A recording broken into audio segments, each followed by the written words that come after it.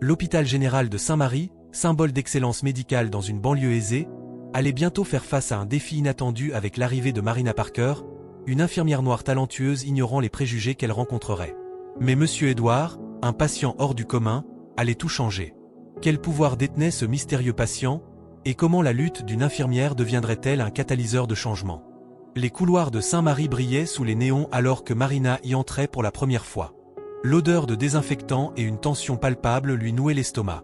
Redressant le dos, elle dit d'une voix ferme « Je suis Marina Parker, la nouvelle infirmière. Où est le bureau de l'infirmière en chef ?» Une infirmière blonde répondit froidement « Au bout du couloir, troisième porte. » Marina avança sous les regards curieux, ses pas résonnant dans le silence. Alors qu'elle s'approchait du bureau, un homme grand et distingué en blouse blanche sort d'une pièce voisine. Son allure autoritaire le désignait comme un médecin senior. « Bonjour, docteur », dit-elle avec un sourire. « Je suis Marina Parker, la nouvelle infirmière qui commence aujourd'hui, ravie de vous rencontrer. » Les yeux gris acier du médecin balayèrent sa personne, son expression restant impassible. « Docteur William James », répondit-il sèchement. « J'espère que vous avez été correctement formé à nos protocoles. » Avant que Marina ne puisse répondre, il continua. « Nous avons des normes très élevées ici. J'espère que vous êtes prête à les respecter. » Il la dépassa sans attendre de réponse, laissant Marina seule, son enthousiasme terni. Elle prit une profonde inspiration, redressa les épaules et frappa à la porte de l'infirmière-chef, se remémorant les mots de sa mère. « Tu devras te battre 2 fois plus fort, mais ne les laisse pas te voir faiblir. » À l'école d'infirmière, elle avait surmonté les doutes et les préjugés, décrochant son diplôme en tête de classe. La porte s'ouvrit, révélant une femme d'âge moyen au regard sévère. « Mademoiselle Parker, je présume, » dit-elle d'un ton sec. « Entrez, nous avons beaucoup de choses à voir et je m'attends à ce que vous suiviez le rythme. » Marina ne pouvait s'empêcher de ressentir qu'elle entrait dans bien plus qu'un simple nouvel emploi. L'atmosphère de l'hôpital semblait chargée d'une tension silencieuse, une tempête qui couvait sous les sourires professionnels et l'efficacité stérile. Marina ignorait encore que sa présence deviendrait bientôt le catalyseur d'un changement radical dans les couloirs de Saint-Marie, remettant en question des préjugés profondément ancrés et exposant la culture toxique qui se cachait derrière sa façade prestigieuse. Sa première journée fut un tourbillon d'orientation et de paperasse. Les conversations s'éteignaient à son approche, et ses tentatives de discuter avec ses collègues infirmières étaient accueillies par des réponses polies mais distantes, la laissant se sentir comme une étrangère dans ce qui aurait dû être un environnement collaboratif. À la fin de son service, épuisée, alors qu'elle récupérait ses affaires dans son casier, elle entendit 2 infirmières murmurer près des casiers. La nouvelle recrue? Je ne sais pas ce qu'elle pensait. Son cœur se serra, mais elle garda la tête haute. Une fois à l'arrêt de bus, elle sortit son téléphone et appela sa mère. « C'était dur, maman, » murmura-t-elle. « Tu as la force en toi, » répondit sa mère. « Fais ton travail mieux que quiconque. Ce n'est pas facile, je sais. Mais rien de ce qui vaut la peine d'être fait n'est facile, ma chérie. » Une Mercedes noire ralentit lentement, et Marina reconnut le docteur James au volant, ses yeux la fixant brièvement. Déterminée, elle redressa les épaules, les paroles de sa mère résonnant dans son esprit. Les semaines suivantes furent tendues. Le docteur James critiquait sans cesse son travail. « J'espère que vous maîtrisez nos protocoles », lançait-il, un sourire narquois aux lèvres. Marina répondait calmement « Oui, docteur James, je suis compétente. » On lui assignait les tâches les plus ardues, comme s'occuper de Monsieur Johnson, un patient raciste. « Je ne veux pas d'une infirmière comme vous », cracha-t-il. Elle garda son sang-froid, accomplissant ses soins avec précision. Le docteur James l'attendait dehors. « Tout va bien, infirmière Parker. »« Oui, ces constantes sont stables, » répondit-elle, défiant son regard. Alors que la journée avançait, Marina remarqua à quel point ses collègues blanches semblaient évoluer aisément dans leur service, bavardant et riant entre elles, tandis qu'elle luttait sous le poids d'une charge de travail disproportionnée. L'inégalité était flagrante, mais chaque fois qu'elle envisageait d'en parler, les paroles de sa mère lui revenaient en mémoire, ne leur montre jamais tes faiblesses. Lorsque son service prit fin, Marina était épuisée physiquement et émotionnellement. En rangeant ses affaires dans son casier, elle entendit des chuchotements, ce n'est pas comme si elle pouvait suivre le rythme de toute façon. Marina se figea sur la porte de son casier, son cœur battant à tout rompre. Elle referma doucement son casier et quitta l'hôpital, la tête haute malgré le poids de la journée sur ses épaules. En attendant à l'arrêt de bus, le docteur James baissa à nouveau sa vitre lui disant « Toujours le bus ?» Triste pour un salaire d'infirmière. Humiliée, Marina monta dans le bus, résolue à tenir bon, ignorant qu'un allié inattendu allait bientôt apparaître. Le lendemain, l'hôpital bourdonnait, Un patient VIP, Monsieur Edward, arrivait après un accident de ski. Le docteur James ordonna, préparer la chambre 412 infirmière Parker. Marina s'exécuta, sentant une différence dans l'air. Il réapparaît, lui disant infirmière Parker. Nous avons besoin de vous pour prendre en charge le nouveau patient dans la chambre 412, Monsieur Thomas Edward. Il a subi un grave accident de ski et a les 2 bras cassés. Je m'attends à ce que vous lui apportiez les meilleurs soins possibles. Marina hocha la tête, reconnaissant dans cette assignation une énième tentative de la mettre à l'épreuve. En entrant dans la chambre, Marina fut accueillie par la vue d'un homme d'âge moyen allongé sur le lit, ses 2 bras enfermés dans des plâtres. Malgré ses blessures, il dégageait une autorité calme que Marina remarqua immédiatement. « Bonjour, Monsieur Edward, dit-elle en souriant. Je suis Marina Parker, votre infirmière. »« Enchantée, répondit-il, sa voix forte malgré ses bras plâtrés. « Vous semblez compétente.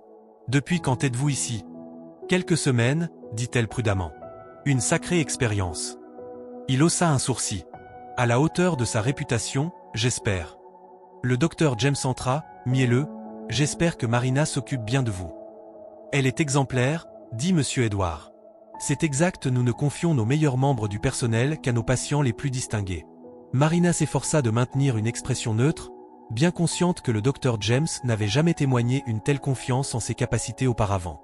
Monsieur Edward, cependant, sembla percevoir l'incohérence. « En effet, docteur James, répondit-il, ses yeux passant de Marina au médecin. L'infirmière Parker a été exemplaire. Je lui posais justement quelques questions sur ses expériences ici, à Saint-Marie. » Le sourire du docteur James vacilla un instant avant qu'il ne se reprenne rapidement. « Eh bien, je suis sûr qu'elle vous dira que tout se passe à merveille. Nous sommes fiers de notre environnement inclusif et de soutien ici à Saint-Marie. » Marina sentit une vague de colère monter en elle face à l'hypocrisie flagrante du docteur James, mais elle garda son professionnalisme intact. Monsieur Edward, cependant, sembla capter la tension sous-jacente. « Vraiment ?» dit-il d'un ton pensif, son regard restant fixé sur Marina. « Eh bien, j'ai hâte de voir par moi-même à quel point cet environnement est soutenant. » Alors que le docteur James se lançait dans une explication détaillée du plan de traitement de Monsieur Edward, Marina ne pouvait s'empêcher de sentir qu'elle venait d'assister à un moment significatif. La manière dont Monsieur Edward l'avait regardé, la nature de ses questions, c'était comme s'il voyait au-delà de la façade polie de Saint-Marie. Au cours des jours suivants, Marina passa plus de temps dans la chambre de Monsieur Edward que dans celle de tout autre patient. Malgré ses blessures, il restait alerte et engageant, lui posant souvent des questions sur son travail et son parcours. Un jour, en changeant ses bandages, Marina entendit des infirmières murmurer dehors. « Je me fiche de ce que dit le docteur James », murmura une voix furieuse. « Je ne lui fais pas confiance avec notre patient VIP. Qui sait ce qu'elle pourrait faire ?»« Je sais », répondit une autre voix. « Mais on ne peut rien dire. Il nous accuserait de racisme. » Les mains de Marina tremblèrent légèrement. Monsieur Edward remarqua son trouble. « Tout va bien ?»« Oui, mentit-elle. Le vrai caractère se voit dans le traitement des inférieurs, dit-il, ses yeux perçants. » Marina sentit une lueur d'espoir. Bientôt, elle fut isolée, surchargée de patients difficiles. Le docteur James lui tendit une pile de dossiers. « Gérez ça. » Elle acquiesça, refusant de plier. Dans la chambre de Monsieur Edward, elle trouva un refuge. « Vous avez l'air épuisé, dit-il. »« Juste une journée chargée, répondit-elle. »« Vous êtes capable de plus que vous gérez, insista-t-il. » Ces mots la touchèrent. Le lendemain, une opération d'urgence attira l'attention du conseil. Le docteur James l'assigna, infirmière Parker. Dit-il, sa voix neutre mais son regard perçant, « Nous avons besoin de vous pour assister à l'opération d'urgence cet après-midi. C'est un cas critique et j'espère que vous serez prête à relever le défi. »« Bien sûr, docteur James, répondit-elle, sa voix posée. Je serai prête. » En salle d'opération, Marina se retrouva à travailler aux côtés du docteur James et de plusieurs autres membres seniors du personnel. La tension dans la pièce était palpable, amplifiée par la présence d'observateurs importants. Malgré les circonstances difficiles, Marina resta concentrée, ses gestes précis et efficaces. Elle anticipait les besoins des chirurgiens, leur tendant les instruments avant même qu'ils ne les demandent. Ses années d'entraînement et d'expérience brillaient à travers son travail. Cependant, au fur et à mesure que l'opération avançait, Marina remarqua quelque chose qui lui fit monter le cœur dans la gorge. Le docteur James, habituellement si sûr de lui, semblait hésitant. Ses mains tremblaient légèrement alors qu'il s'apprêtait à effectuer une incision critique. Dans une fraction de seconde, Marina réalisa que le docteur James était sur le point de commettre une erreur potentiellement fatale. Sans hésitation, elle prit la parole. « Docteur James, dit-elle, sa voix claire et assurée, peut-être devrions-nous envisager une autre approche. L'anatomie du patient suggère que cela pourrait être plus sûr. » La salle devint silencieuse, tous les regards se tournant vers Marina. Il la fusilla du regard mais ajusta son geste, sauvant ainsi le patient. Alors que l'opération se poursuivait, il devint évident que son intervention avait probablement sauvé la vie du patient. Lorsque l'opération se termina avec succès, Marina sentit le poids de nombreux regards posés sur elle. Certains étaient remplis de respect nouveau, tandis que d'autres, comme celui du docteur James, brûlaient d'une colère à peine contenue. Alors qu'elle nettoyait la salle d'opération, le docteur James se tourna vers elle, sa voix basse et menaçante. « Infirmière Parker, je dois vous parler en privé. Tout de suite. » Marina le suivit hors de la salle, son cœur battant à tout rompre. Elle savait qu'intervenir avait été la bonne chose à faire, mais elle savait aussi que cela pourrait bien lui coûter son emploi. Ils entrèrent dans une salle privée, et Marina fut surprise de constater qu'il s'agissait de la chambre de M. Edward. Dans sa concentration sur l'opération, elle avait complètement oublié qu'il était toujours un patient à l'hôpital. Cependant, le docteur James, trop furieux, ne sembla pas remarquer leur emplacement. Dès que la porte se referma derrière eux, il se tourna vers elle, le visage rouge de colère. « Comment osez-vous remettre en question mon jugement devant tout le monde » siffla-t-il, sa voix pleine de venin. « Savez-vous à qui vous avez affaire ? Vous avez de la chance que je ne vous renvoie pas sur le champ pour cette insubordination. » Marina resta immobile, sa voix calme mais ferme. « Docteur James, je faisais simplement mon travail. La vie du patient doit passer avant tout. »« Votre travail ?» rugit-il. « Votre travail est de suivre les ordres, pas de penser que vous en savez plus que vos supérieurs. C'est exactement pourquoi des gens comme vous n'ont pas leur place dans une institution prestigieuse comme Saint-Marie. Vous êtes ici à cause d'une tentative ridicule de diversité, pas parce que vous avez de réelles compétences ou connaissances. » Sa tirade raciste fut interrompue par une voix qui résonna dans la pièce. « Docteur James, ça suffit. » C'était M. Edward, assis dans son lit, il irradiait l'autorité. « Je crois que vous avez oublié où vous vous trouvez et à qui vous parlez. » Le docteur James, pris au dépourvu, balbutia. « Monsieur Edward, je ne savais pas que vous étiez réveillé. Je m'excuse de vous avoir dérangé. »« Oh, je suis bien réveillé, » répondit M. Edward, ses yeux se plissant. « Et je le suis depuis un bon moment. Assez longtemps pour observer le comportement honteux que vous, et d'autres ici, avez adopté envers l'infirmière Parker. » Marina resta figée, incrédule face à ce qu'elle entendait. « Monsieur Edward, » tenta le docteur James, son ton tremblant. « Je vous assure qu'il y a un malentendu. »« Non, docteur James, » coupa M. Edward, sa voix devenue glaciale. « Il n'y a aucun malentendu. Ce que j'ai observé ici est un schéma clair de discrimination et de harcèlement. Et cela s'arrête maintenant. »« Qui êtes-vous » balbutia le docteur James. « Quelqu'un qui peut faire tomber cet hôpital, » répondit M. Edwards. « Ça s'arrête maintenant. » Marina sentit un mélange de soulagement et d'espoir. Quelqu'un frappa à la porte. « Docteur James, l'administratrice vous cherche, » dit une voix. Il partit, laissant Marina seule avec M. Edward. « Je suis Thomas Edward, PDG de Healthcare United, » révéla-t-il. « Je suis arrivé ici en tant que patient, m'attendant à recevoir des soins médicaux de qualité, » commença-t-il. « Ce que j'ai vu, en revanche, c'est une culture de discrimination et de comportement non professionnel qui va à l'encontre de tout ce en quoi je crois en tant que leader dans le domaine de la santé.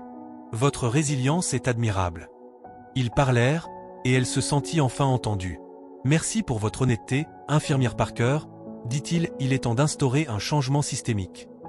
L'administratrice entra. « Monsieur Edward, commença-t-elle, sa voix tremblante. J'ai entendu dire qu'il y avait des inquiétudes concernant les pratiques de notre hôpital. Je vous assure que nous prenons ces questions très au sérieux. » Monsieur Edward haussa un sourcil, sceptique. « Vraiment » demanda-t-il d'un ton tranchant. « Parce que ce que j'ai observé ici indique que la seule chose prise au sérieux, c'est le maintien d'un statu quo discriminatoire et dépassé. » L'administratrice, décontenancée, balbutia. « Je ne suis pas sûr de comprendre. Nous avons des initiatives pour la diversité en place. » Les initiatives ne suffisent pas, coupa M. Edward. Ce qu'il vous faut, c'est une refonte complète de la culture de votre hôpital. Et cela commence par le sommet. Pendant les heures qui suivirent, M. Edward détailla ses exigences pour un changement immédiat. Il exigea une enquête approfondie sur les pratiques discriminatoires de Saint-Marie, une formation obligatoire sur la diversité et l'inclusion pour tout le personnel, et une révision complète des processus de recrutement et de promotion. Quant au Dr James, ajouta-t-il de sa voix dure, je m'attends à ce que son comportement fasse l'objet d'une enquête approfondie. Ses actions aujourd'hui n'étaient pas seulement non professionnelles, elles étaient discriminatoires et potentiellement dangereuses pour la sécurité des patients. L'administratrice, réalisant la gravité de la situation, acquiesça maladroitement. Bien sûr, monsieur Edward. Nous allons commencer à mettre en œuvre ces changements immédiatement. Alors que la journée avançait, les nouvelles sur la véritable identité de monsieur Edward et ses exigences de changement se propagèrent comme une traînée de poudre dans tout l'hôpital. Marina, toujours en train de digérer les événements de la matinée, se retrouva soudainement au centre de toutes les attentions. Des collègues qui l'avaient ignoré ou rabaissé auparavant vinrent timidement s'excuser. Monsieur Edward proposa à Marina un poste au sein du comité de diversité. Marina sentit une vague d'émotions la submerger. Gratitude, humilité et un sentiment renouvelé de responsabilité. « Merci, monsieur Edward, dit-elle, sa voix trahissant son émotion. Merci pour tout ce que vous faites. Monsieur Edward secoua la tête. Non, merci à vous, infirmière Parker. Votre courage et votre professionnalisme dans des circonstances si difficiles ont été une source d'inspiration. Vous m'avez rappelé pourquoi je suis dans le secteur de la santé, pour faire une différence dans la vie des gens. Le lendemain, une réunion d'urgence fut convoquée. Monsieur Edward annonça.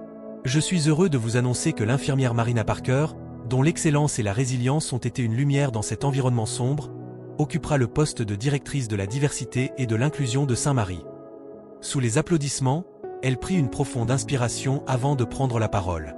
Merci, dit-elle, sa voix claire et forte. Je veux dire à chacun d'entre vous que je ne suis pas ici pour être une adversaire. Je suis ici pour être une collègue, pour travailler avec vous et pour construire un hôpital où chacun se sentira valorisé et où chaque patient recevra des soins d'excellence, peu importe son origine. Ce jour-là, Marina sentit un tournant décisif se produire à Saint-Marie. L'ambiance changea, des collègues s'excusèrent. Le Dr James, quant à lui, fut suspendu puis renvoyé après une enquête qui confirma son comportement discriminatoire. Marina devint une figure respectée dans le secteur médical. Son histoire inspira d'autres hôpitaux à travers le réseau Healthcare United, qui adoptèrent des programmes similaires pour encourager la diversité et l'inclusion. Un an plus tard, Saint-Marie était transformé sous sa direction. Monsieur Edward la félicita. « Vous avez ravivé ma passion, » dit-il. « La diversité est notre force, » répondit-elle toute souriante. Marina savait que ce n'était qu'un début, prête à changer les cœurs et les systèmes, un jour à la fois. Quel moment du parcours de Marina vous a marqué? Sa persévérance ou l'intervention de monsieur Edward? Partagez vos pensées ci-dessous et abonnez-vous pour plus d'histoires inspirantes.